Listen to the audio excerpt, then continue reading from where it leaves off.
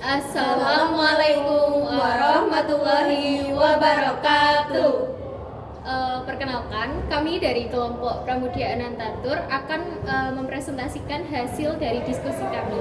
Pertama-tama, perkenalkan, saya Herdawati Puji Pratiwi dari Presensi 18. Saya Saskia Azahra dari Presensi 31. Saya Ika Safira Lestari dari Presensi 19. Dan saya Citra Anita Dewi dari Presensi 7. Sebelumnya kami akan memperkenalkan yel-yel kami.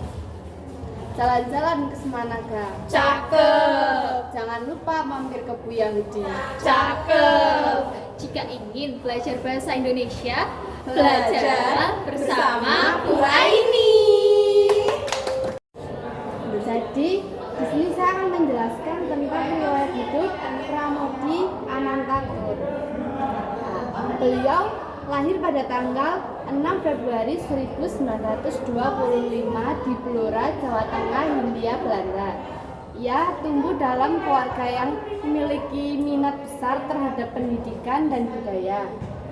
Kemudian, beliau meninggal pada tanggal 30 April 2006, umur 81, di Jakarta, Indonesia. Dia meninggalkan warisan yang mendalam dalam dunia sastra dan sejarah Indonesia.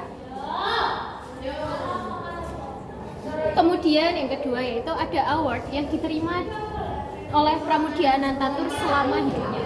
Yang pertama yaitu ada UNESCO Madanjit Singh Prize in recognition of his outstanding contribution to the promotion of tolerance and non-violence dari UNESCO Prancis 1996.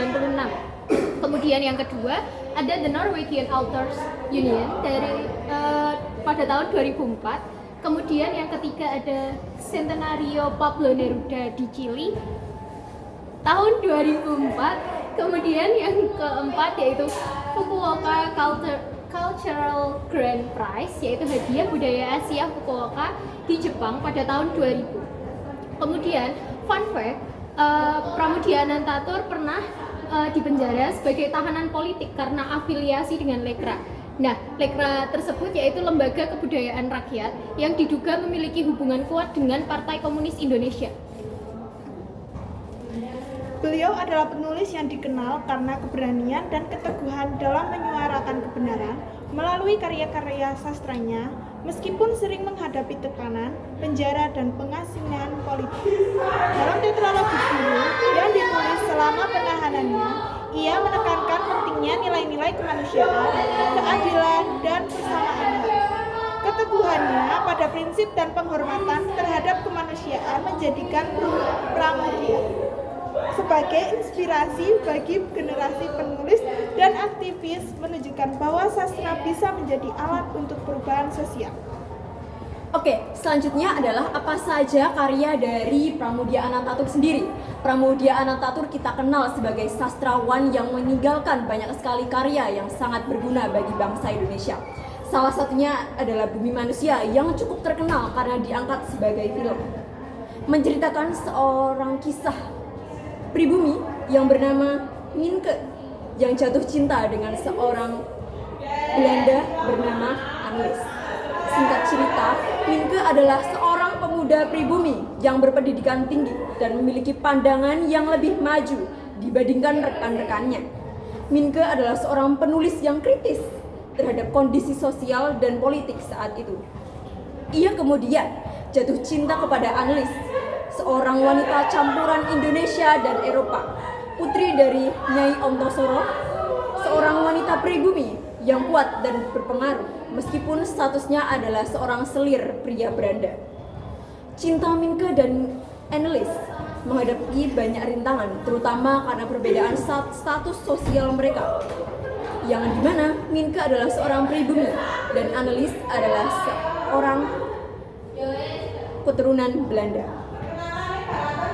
Mereka menghadapi tekanan dari keluarganya, namun sayang sekali Annelies dan Minke harus berpisah.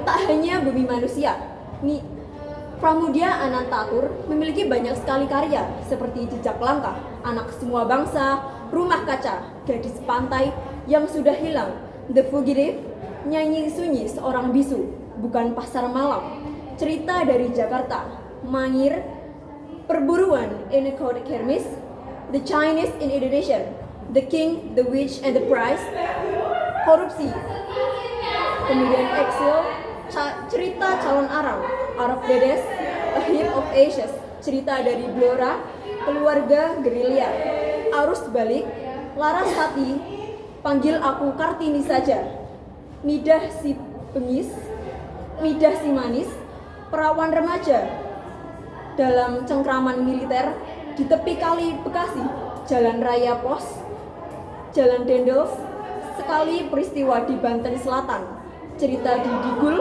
subuh, mereka yang dilumpuhkan, saya terbakar amarah, kronik revolusi, percikan revolusi, Pram melawan, kronik revolusi, menggelinding, gulat di Jakarta, hadiah kawin, berita dari Kebayoran, Mesh Van Hedstrecht.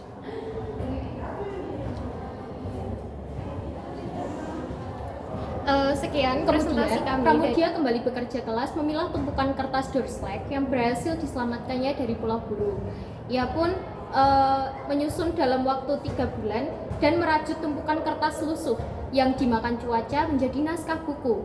Sementara itu, Hashim dan Yusuf berkeliling menemui beberapa pejabat pemerintah, termasuk Wakil Presiden Adam Malik yang ternyata memberikan sambutan baik. Kemudian pada awal Juli 1980, naskah Bumi Manusia dikirim ke percetakan Aga Press dengan harapan terbit menjelang peringatan proklamasi. Cetakan pertama keluar tanggal 25 Agustus 1980. Pembakaran naskah tersebut ada hal yang tidak bisa saya maafkan.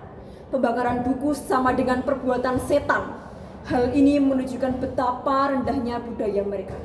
Guram Pramudia Anantatur ketika ia ditahan. Pramudia Anantatur adalah penulis yang sangat kenyang mengalami pelanggaran terhadap karya-karyanya. Ketika ditahan, Pram membawa mesin ketik untuk melanjutkan novel Gadis Pantai yang baru rampung bagian satunya saja. Namun, naskah kedua dan ketiga novel itu pun dibakar tentara.